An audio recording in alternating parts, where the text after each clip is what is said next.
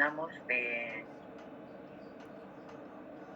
ver este tema para que siempre ustedes tengan presente que cuando estén haciendo, ahora que todavía seguramente no van a asumir en algunos casos la responsabilidad de ser jefes de archivo, tengan presente que les van a solicitar la opinión, o si ustedes están apoyando en un área, de hecho que van a requerir que el archivo central se pronuncie sobre el tiempo de valoración, los periodos de retención en cada nivel de archivo. Así que para eso deben estar preparados y en mejores condiciones, ¿no? Ahora sí, avanzamos. Y el último criterio que ha considerado la norma dice migración o sustitución de soportes.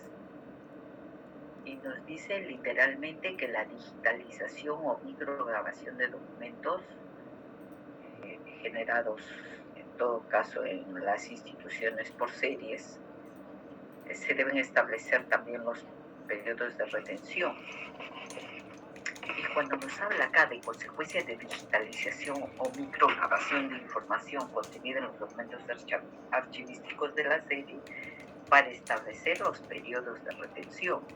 Acá lo que yo entiendo, y en realidad he tratado de leerlo y como que la redacción, y les voy a ser bastante objetiva, miren, literalmente está tal cual dice la norma. Creo que el espíritu de esto es cuando tenemos documentos en soporte de papel y se van a digitalizar.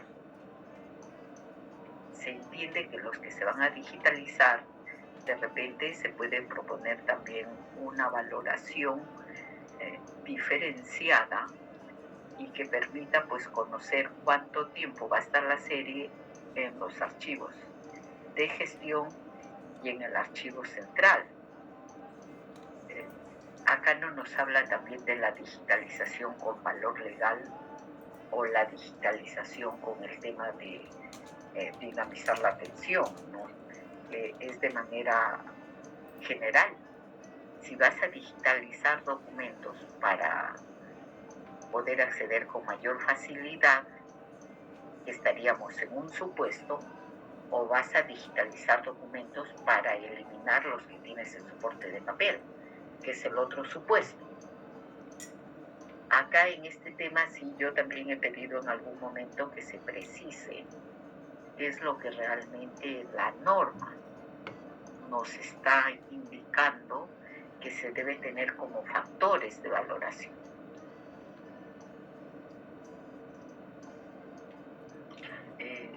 Y hemos mencionado, también recuerdan ustedes en las primeras clases y también inclusive en una lectura que se analizó, la valoración de la documentación será la misma, tanto en soporte de papel como en soporte electrónico. Los de valor permanente se conservarán así, los que están en soporte de papel, y los que generamos ya series que de repente se puedan dar ya en soporte electrónico. Los registros, vamos a ver, de registros públicos de nuestras propiedades, que ya son documentos que vienen dándose en algunos casos electrónicamente, tendrán el valor permanente tal cual tenían la inscripción de nuestras propiedades en soporte de papel y se conservarán por siempre, ¿no?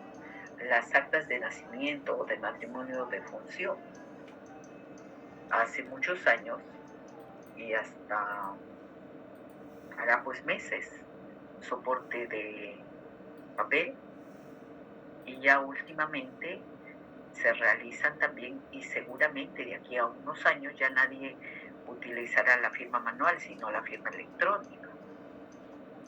Entonces serán documentos que nacen electrónicamente pero que son de valor permanente y se conservarán siempre.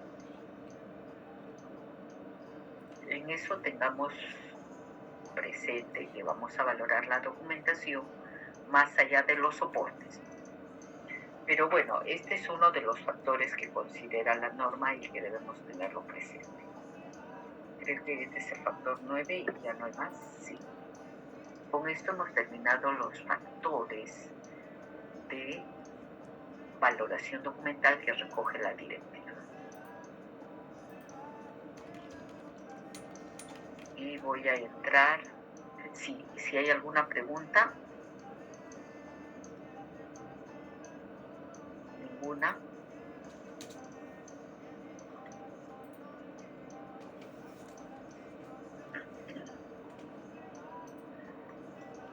Voy a entrar a un tema de prescripciones legales. Voy a pasar a otro PPT.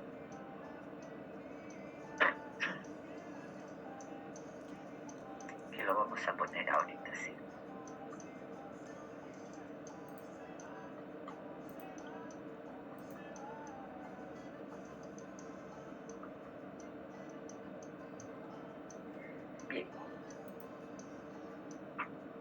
Bien.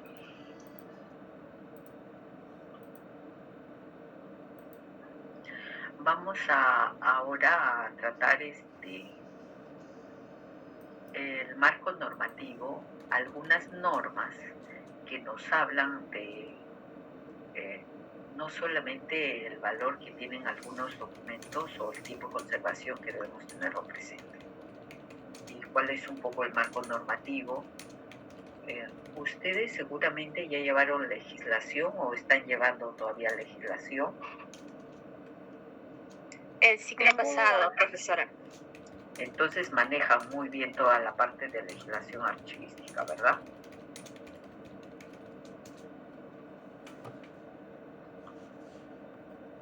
Acá. ¿Qué nos dice el artículo 2?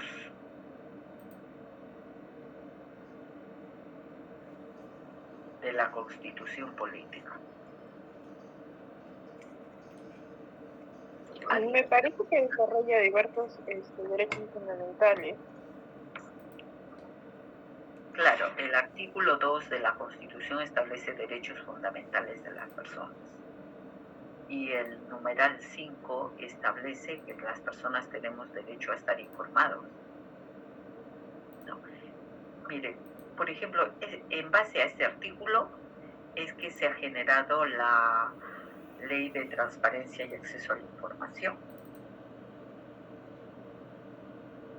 donde muchas personas pues acceden a la documentación en cumplimiento de este derecho que está establecido en la norma, y ellos tienen el derecho de solicitarlo y nosotras las instituciones estamos en la obligación de facilitar la información. ¿Y dónde está la información? La información se encuentra en los archivos de gestión, archivos centrales. Hemos valorado esa información por qué tiempo, para que los usuarios o los vecinos tengan derecho a la misma. De pronto viene un vecino y nos pide una documentación que ya fue eliminada, que le dimos una valoración de 5 años, ya se eliminó y después de 10 o 15 años viene y lo solicita. No. Tengamos presente que la Constitución nos dice que todos los ciudadanos tienen derecho a estar informados y las instituciones tienen la obligación de brindar información, no solamente cuando la solicitan, sino también colocarla en los portales institucionales. No voy a profundizar en ello, también acá habla pues de las excepciones que hay. En el artículo 2.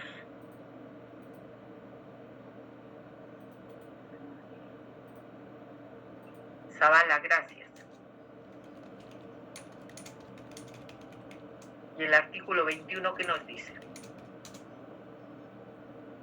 Habla del patrimonio cultural. Habla del patrimonio cultural. ¿Qué nos dice? Que los documentos, o sea, habla del patrimonio cultural en general, ¿no? Patrimonio material e inmaterial. Y dentro de nuestros documentos están considerados como bienes muebles, ¿no? Y nos habla que se deben conservar, se debe proteger el patrimonio cultural, los monumentos, restos arqueológicos, todo aquello que nos brinda información social, política, religiosa, cultural, etcétera, y que esa información se encuentra en los documentos, y esos documentos son los que debemos proteger, los que son documentos de archivo. Inclusive la Constitución nos dice que es obligación del Estado proteger esa información. Entonces, en función a esto, que debemos tener mucha responsabilidad para valorar la documentación. Uno, porque es un derecho de los ciudadanos, y dos, porque constituye el patrimonio cultural, y en lo que es documentos propiamente, los archivos, ¿no? Obviamente en la ley 25323, que también seguramente la conocen, ahí es que se crea en el año 91 la ley del sistema como tal. Sé que ahorita se está revisando por cuarta, quinta vez esa ley para presentarla como propuesta al Congreso, y ojalá ya se genere una nueva norma. Su reglamento de esta norma de esta ley es el 0892, y que en este decreto, por ejemplo, es el que se crea en uno de los artículos la Escuela Nacional de Archiveros. El decreto 19414, decreto ley, que es la base para la 25323 y que está vigente, aún se conserva como tal la ley, no ha sido derogada, se mantiene, y donde nos habla de la defensa, conservación e incremento del patrimonio documental como tal. Cuánto defendemos los documentos, cuánto lo protegemos, cuánto de ello realmente es nuestro patrimonio. Esto es el marco, vamos a decir, a nivel macro, ¿no? Que ustedes lo conocen, y seguramente conocen ya las normas también totalmente técnicas de los procesos archivísticos, ¿no? Pero acá vamos a hablar ya un poquito de normas que establecen el tiempo que se deben conservar algunos documentos, ¿no? Y acá tenemos la ley 27785, la ley orgánica del Sistema Nacional de Control, que en su artículo 3, en el literal B, nos dice a los gobiernos regionales, locales y las instituciones, todas, las empresas, todos, nos dice que se debe guardar por un periodo de 10 años la documentación que sustenten los informes de los órganos de auditoría interna de sociedades auditoras designadas conforme al artículo 32 de la propia ley.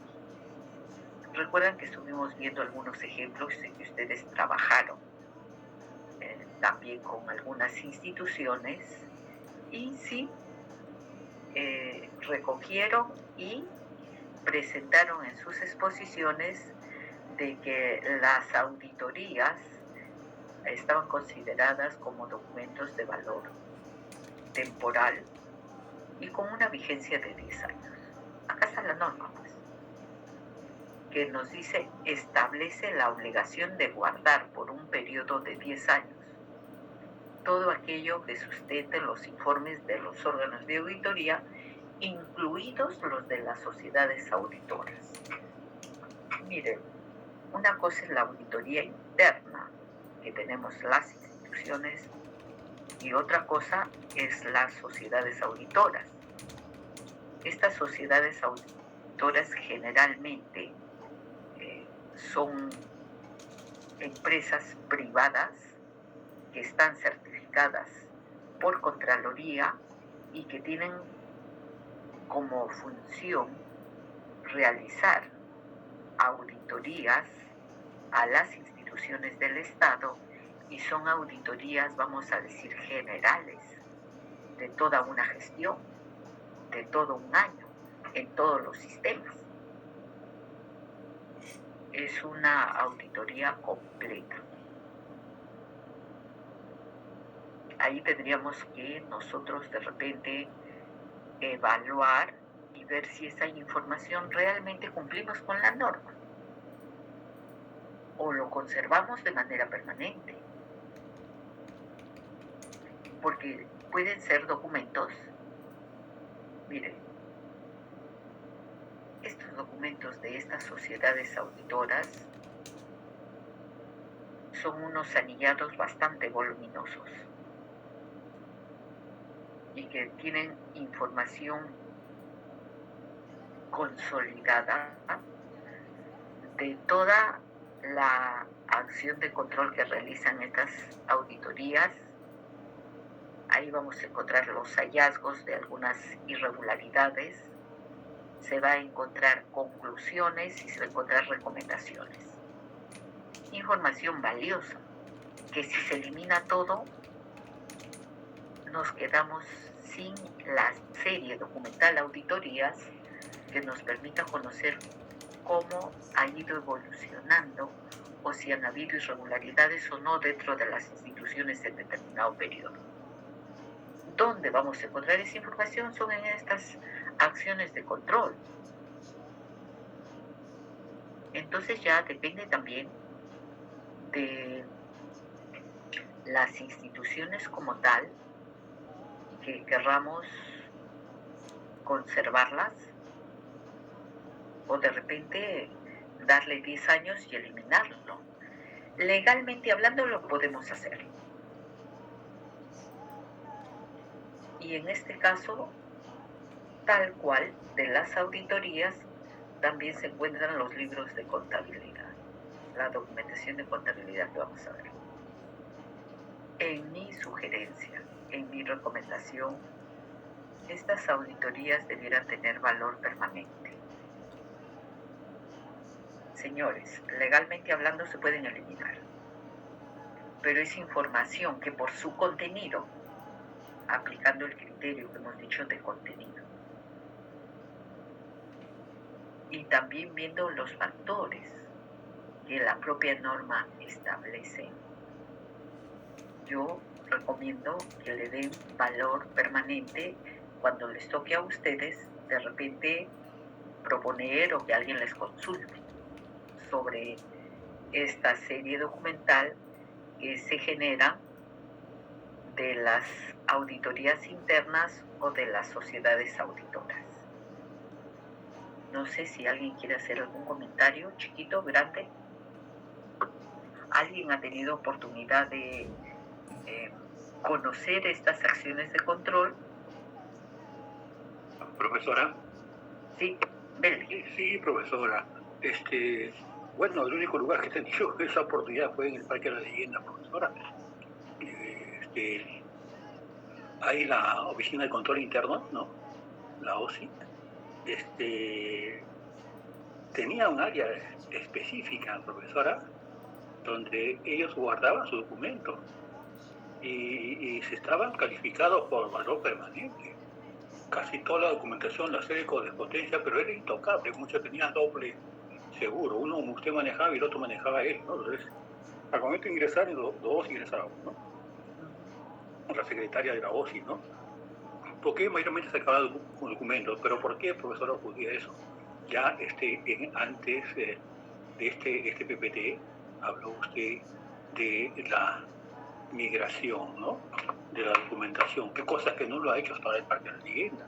Es por eso que quizás se recurre mucho al archivo central con la finalidad de obtener la información. Y eso yo siempre he considerado, profesor, al momento que tuve conocimiento, que esto va a terminar cuando todo esté, ¿cómo se llama?, digitalizado, ¿no? utilizando las tecnologías de información y la comunicación, claro, tenemos la oportunidad de hacerlo con valor legal. Sería más importante, profesora, para fin de no evitar el manoseo y la sustracción, la pérdida de deterioro de los documentos que deben conservarse, ¿no? Por un buen tiempo. Esa es mi experiencia en el archivo central del Parque de la Leyenda, profesora, en esta parte. Gracias, Belvi. Y qué bien que ellos lo hayan valorado con un carácter de permanente. Marden también nos dice, sí, presentan informes y reportes de deficiencias significativas.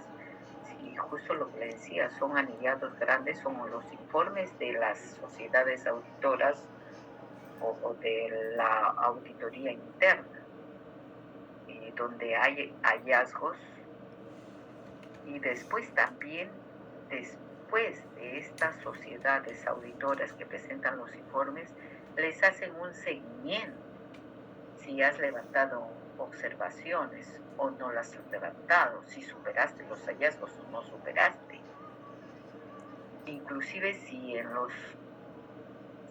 las acciones de control se encuentra que un funcionario ha cometido algún delito, miren, estos informes son prueba preconstituida, es una prueba ya real, evidente, y que pueden denunciar al funcionario y terminar en la cárcel.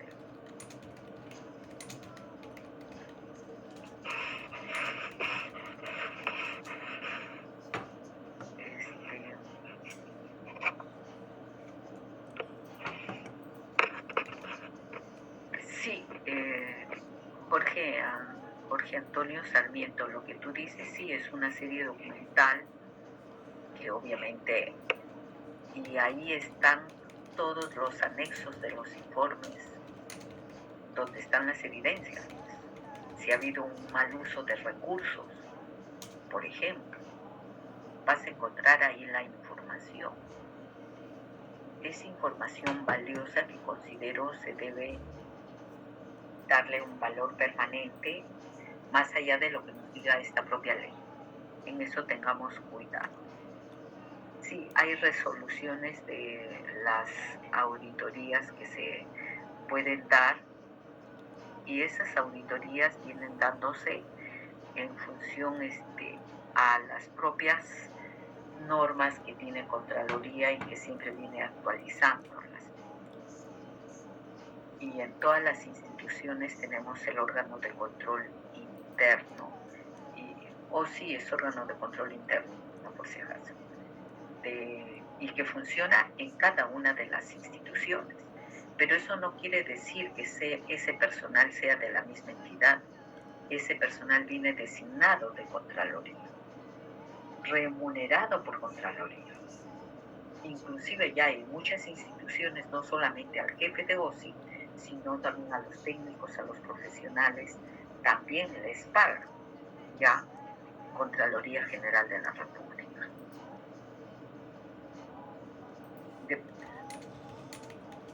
Gracias, sí. A ver, Jorge.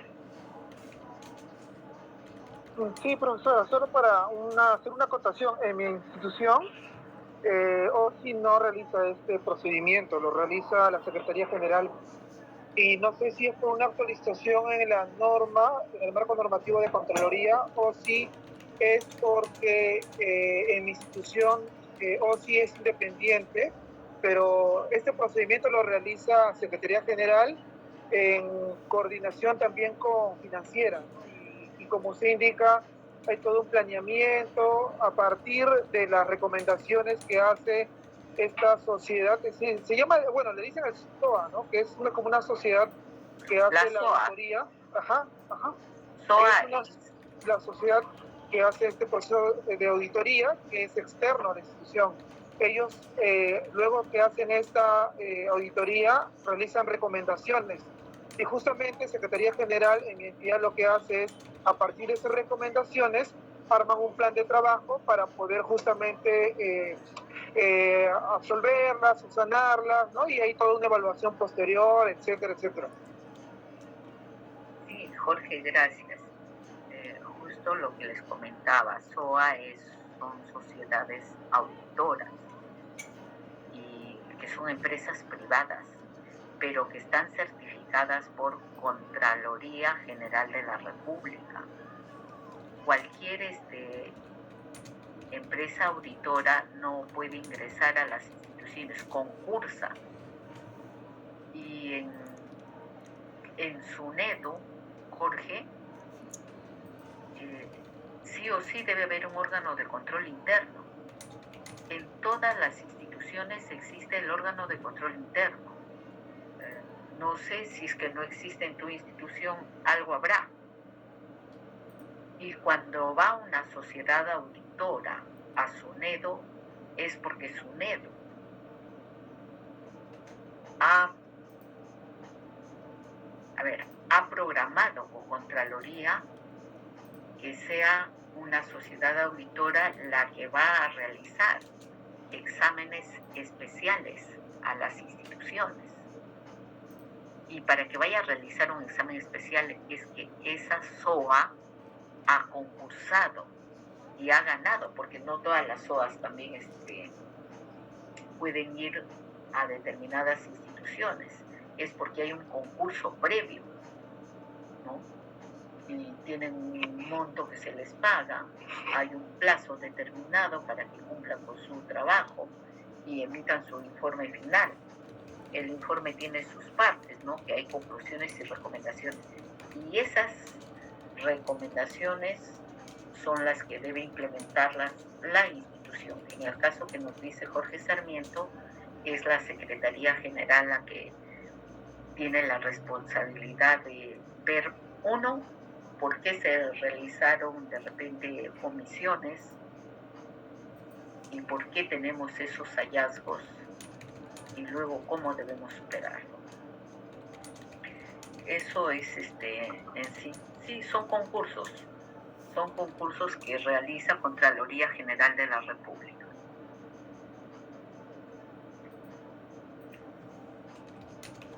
Es documentación valiosa. El proceso de las sociedades auditoras los lleva Contraloría General de la República. Ellos tienen su registro y ellos hacen el proceso de selección para que vayan a las instituciones. Cada institución individualmente no puede realizar esas convocatorias, lo hace solamente Contraloría. Bien, pero lo que estamos acá viendo es en sí la serie, los documentos que generan estos órganos de control. Legalmente, nuevamente les digo, nos dice 10 años. ¿Legalmente los podemos eliminar? Sí. ¿Que van a estar bien eliminados? Sí, después de 10 años. Pero tengamos presente lo que ya les he mencionado, criterios y factores de valoración. Y por lo tanto, desde esta clase, desde quien les está hablando como docente, deben darle el valor permanente. Espero que hayamos quedado claro que si ustedes le dan el valor temporal, finalmente vamos a respetar, porque será su comité evaluador de documentos quien ha determinado eso. Y no están yendo contra la norma, están cumpliendo la norma. Seguimos.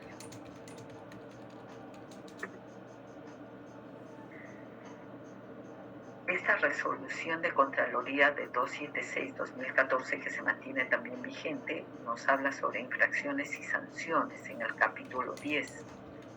Nos dice que es obligación de las instituciones mantener al día registros y documentos ordenados de acuerdo a lo establecido por la normativa por un periodo no menor de 10 años. Libros, registros, documentos. Y es acá donde muchas instituciones consideran, por ejemplo, la documentación contable. La documentación contable son documentos. Los libros principales son registros. ¿Cuánto? 10 años. ¿Podemos eliminar los libros principales de contabilidad? Sí. Legalmente hablando, los podemos eliminar. Sin embargo, debemos tener presente que esa documentación es valiosa y por lo tanto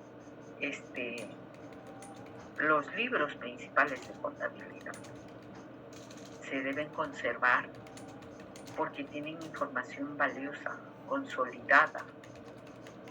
Creo que quería uno de sus compañeros participar.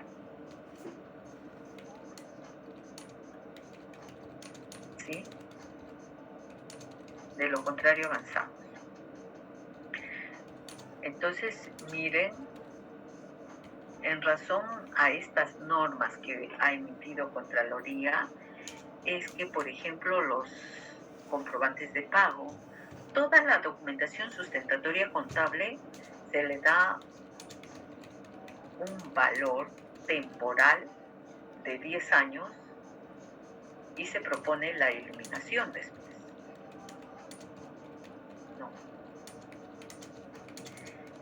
Y siendo así, no solamente los comprobantes de pago o los recibos o documentos de ingreso. Los comprobantes de pago son documentos de egresos y los recibos son los que ingresan el dinero a las instituciones. Entonces, tanto los ingresos como los egresos que se encuentran en esta documentación sustentatoria, el valor es de 10 años. Y es lo que normalmente se les da. Podemos darle los 10 años a los estados financieros, que es documentación contable. No creo, profesora. No creo, profesora. Legalmente sí. Sí, pero aplicando criterios de valoración, eso se debe conservar. ¿Y permanentemente, profesora? Porque es el resultado de todo el año, pues el ejercicio está contable, profesora. Así es. Entonces debemos conservarlo siempre. Imagínense, porque ahí tenemos nosotros información testimonial y también información muy valiosa, los balances. Cuando se suscriben, cuando se presentan ante Contaduría Pública, que es una vez al año donde nos da el resultado final, si hemos tenido pérdidas o hemos tenido ganancias. Es información muy rica en contenido económicamente hablando. Y por lo tanto, también recomiendo que lo conserven por siempre, valor permanente. Nuevamente, legalmente hablando, lo podemos eliminar a los 10 años. Nadie nos prohíbe, nos obligan 10 años. Entonces, por experiencia y por conocimiento, valoremos 10 años la documentación sustentatoria contable. Y la documentación, los libros principales, consérvenlos permanentemente.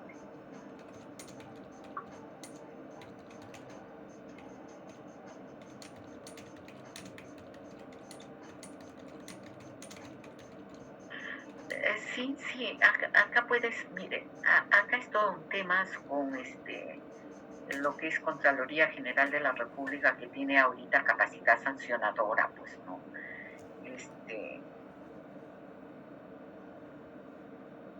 Y bueno, yo, no sé, voy a discrepar un poco con esto, porque les digo que los funcionarios públicos, yo diría que hay hasta un conflicto de competencias, ¿ah? Porque servir tiene capacidad sancionadora, Contraloría tiene capacidad sancionadora, y en cada institución también tienen sus CEPAC con capacidad sancionadora. Entonces, por 3 instituciones tienen la misma función. porque si has cometido una irregularidad es en tu institución donde te tienen que sancionar. Y si tienes que ir a una apelación, de repente ya anda a servir, pues que es la institución que tiene la responsabilidad del sistema de personal. O si le dan la responsabilidad a Contraloría, que sea Contraloría, ya no servir. Pero ambas instituciones tienen esta responsabilidad del reglamento administrativo sancionador por responsabilidad funcional. Sí, gracias Marten, sí, conozco este tema también. Pero sí, estamos viendo acá un poco algunas normas que establecen el periodo que deben conservarse y que estamos obligados a cumplir.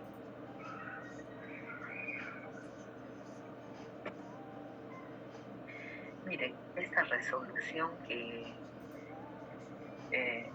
yo la leo y en todo caso la comento con mucho cuidado, porque nos habla del reglamento de infracciones y sanciones también.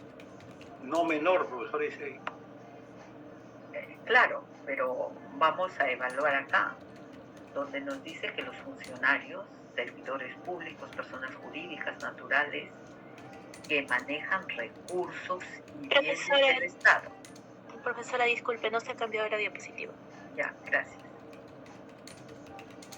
Les decía esta resolución de Contraloría que nos habla en el artículo 47 que los funcionarios, los servidores públicos, personas jurídicas y naturales que manejan recursos o bienes del Estado incurren en infracción grave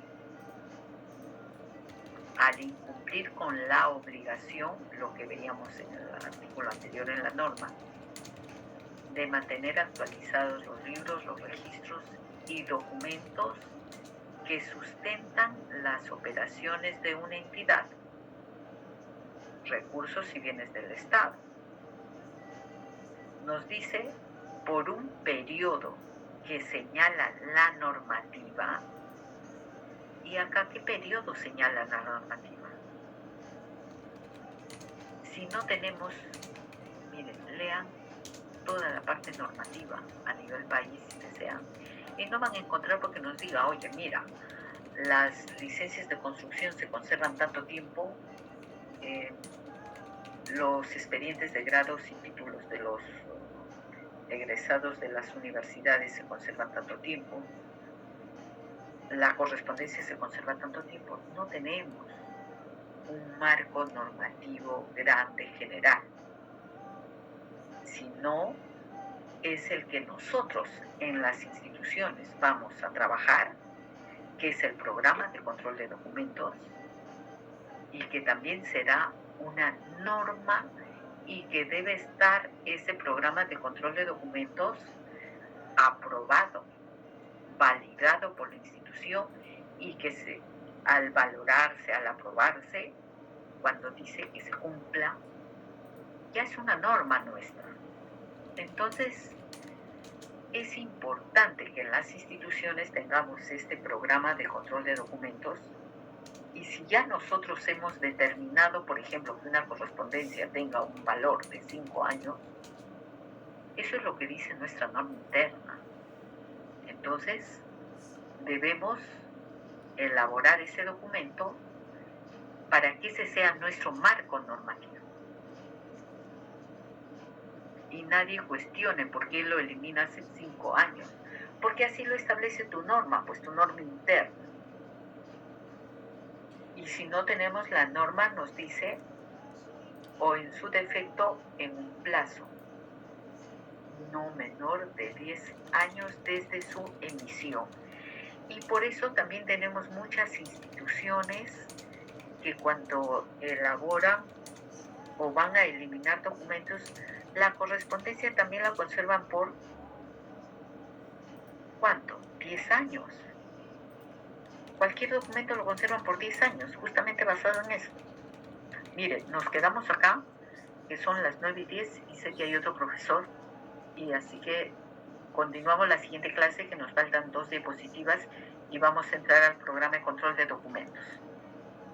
Gracias. Gracias, Gracias, profesora. Dios la bendiga. Gracias. Gracias, profesor. Buena semana.